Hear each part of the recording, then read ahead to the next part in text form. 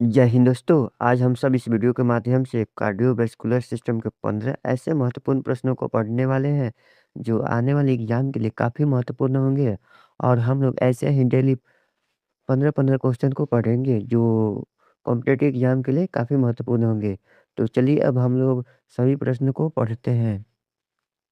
पहला प्रश्न है आपका, शरीर का परिवहन तंत्र है। ऑप्शन ए अंतःस्रावी तंत्र, ऑप्शन बी आवरण तंत्र, option C cardiovascular system, option D मूत्र तंत्र।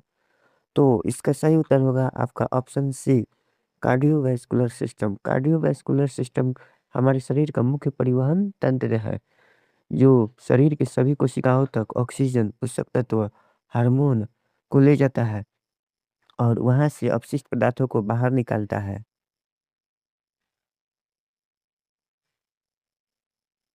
प्रश्न संख्या 2, निम्नलिखित में से कौन सा अंग लिम्फेटिक सिस्टम का अंग है सिवाय एक के? Option A council, option B thymus, option C तिल्ली, ऑप्शन डी इनमें से कोई नहीं। तो इसका सही उत्तर होगा ऑप्शन डी इनमें से कोई नहीं, क्योंकि टॉन्सिल, थाइमस और तिल ये सभी लिम्फेटिक सिस्टम का ही महत्वपूर्ण अंग है। प्रश्न संख्या 3, लिम्फ नोड्स का उद्देश्य फंसाना है। Option A antigen, option B macrophage, option C hormone, option D RBC. तो इसका सही उत्तर होगा आपका ऑप्शन ए एंटीजन। प्रश्न संख्या 4, लिम्फेटिक सिस्टम में विफलता से बॉडी फ्लूइड का पर्याप्त रिटर्न न हो पाने का क्या परिणाम होता है? ऑप्शन ए हाथों और पैरों में सूजन हो जाता है, ऑप्शन बी चेहरों और हाथों में सूजन हो जाता है, ऑप्शन सी तिल्ली में सूजन हो जाता है, ऑप्शन डी एडिमा के रूप में ऊतकों में सूजन हो जाता है। तो इसका सही उत्तर होगा आपका ऑप्शन डी एडिमा के रूप में ऊतकों में सूजन हो जाता है। यदि लिम्फेटिक सिस्टम ठीक से काम न करे या विफल हो जाए तो ऊतकों से अतिरिक्त तरल पदार्थ वापस रक्त परिसंचरण में लौट नहीं पाता है, जिससे ऊतकों में द्रव जमा हो जाता है और एडिमा या सूजन की परिस्थिति उत्पन्न हो जाती है। प्रश्न संख्या 5, एपेक्स बीट किस इंटरकोस्टल स्पेस पर महसूस होती है? एपेक्स बीट किस इंटरकोस्टल स्पेस पर महसूस होती है? ऑप्शन ए तीसरा, ऑप्शन बी चौथा, ऑप्शन सी पांचवा, ऑप्शन डी छठा। तो इसका सही उत्तर होगा ऑप्शन सी पांचवा। एपेक्स बीट सामान्यतः बाएं वेंट्रिकल के संकुचन के कारण पांचवें इंटरकोस्टल स्पेस में मिड क्लेविकुलर लाइन के पास सबसे स्पष्ट रूप से सुनाई देती है। प्रश्न संख्या 6, हृदय का एपेक्स किससे निर्मित होता है? हृदय का एपेक्स किससे निर्मित होता है? Option A central ventricle, option B left ventricle, option C right atrium, option D left atrium. तो इसका सही उत्तर होगा आपका option B left ventricle.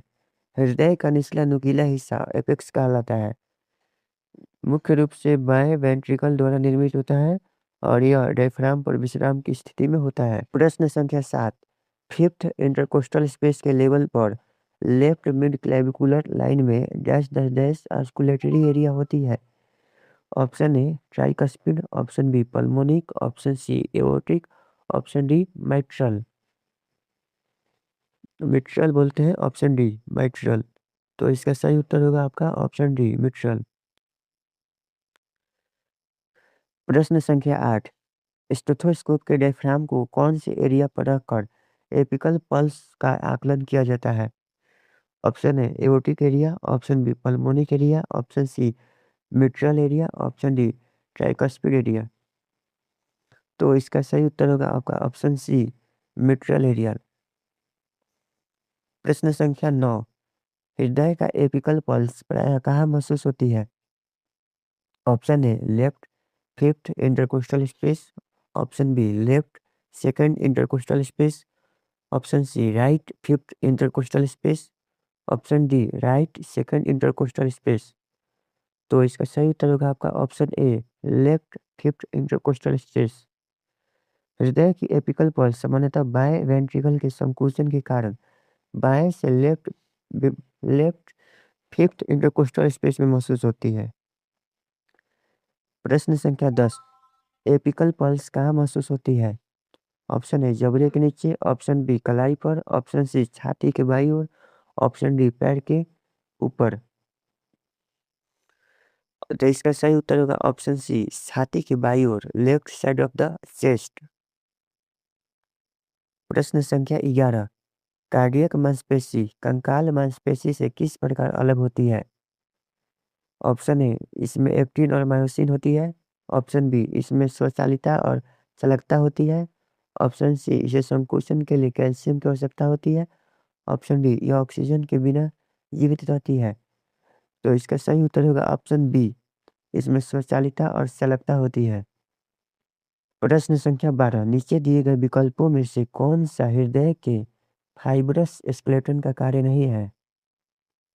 Option A cardiac मांसपेशी तंतुओं के जुड़ने के बिंदु के रूप में कार्य करना, ऑप्शन बी हृदय वाल्व के लिए संरचनात्मक आधार बनाना, ऑप्शन सी एट्रिया से वेंट्रिकल तक आवेगों का संचालन करना, ऑप्शन डी वाल्वों को अत्यधिक फैलने से रोकना। तो इसका सही उत्तर होगा ऑप्शन सी एट्रिया से वेंट्रिकल तक आवेगों का संचालन करना। हृदय का फाइब्रस स्केलेटन एट्रियोवेंट्रिकुलर लेवल पर विद्युत इंसुलेशन प्रदान करता है और एट्रिया से वेंट्रिकल तक सीधे आवेगों के संचरण को रोकता है। प्रश्न संख्या 13, हृदय की सबसे भीतरी परत कौन सी है? Innermost layer of heart. Option A epicardium, option B endocardium, option C myocardium, option D pericardium. तो इसका सही उत्तर होगा आपका ऑप्शन बी एंडोकार्डियम। हार्ट वाल की सबसे आंतरिक परत एंडोकार्डियम होती है, जो स्क्वैमस एपिथेलियम, जिसे हम लोग एंडोथेलियम भी कहते हैं, से बनी होती है और यह परत हार्ट चैम्बर्स और ब्लड वेसल्स की लाइनिंग बनाती है, जिसे एंटीमा कहते हैं।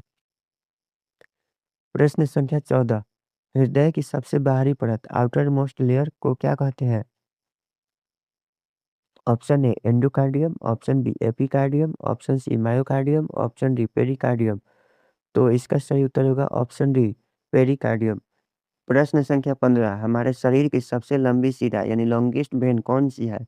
Option A great saphenous vein, option B femoral vein, option C jugular vein, option D vena cava. तो इसका सही उत्तर होगा आपका ऑप्शन है great saphenous vein. Great saphenous vein मानव शरीर की सबसे लंबी सुपरफिशियल वेन है, जो पैर के निचले हिस्से से शुरू होती है और यांग तक जाती है और उसके बाद फीमोरल वेन में मिल जाती है।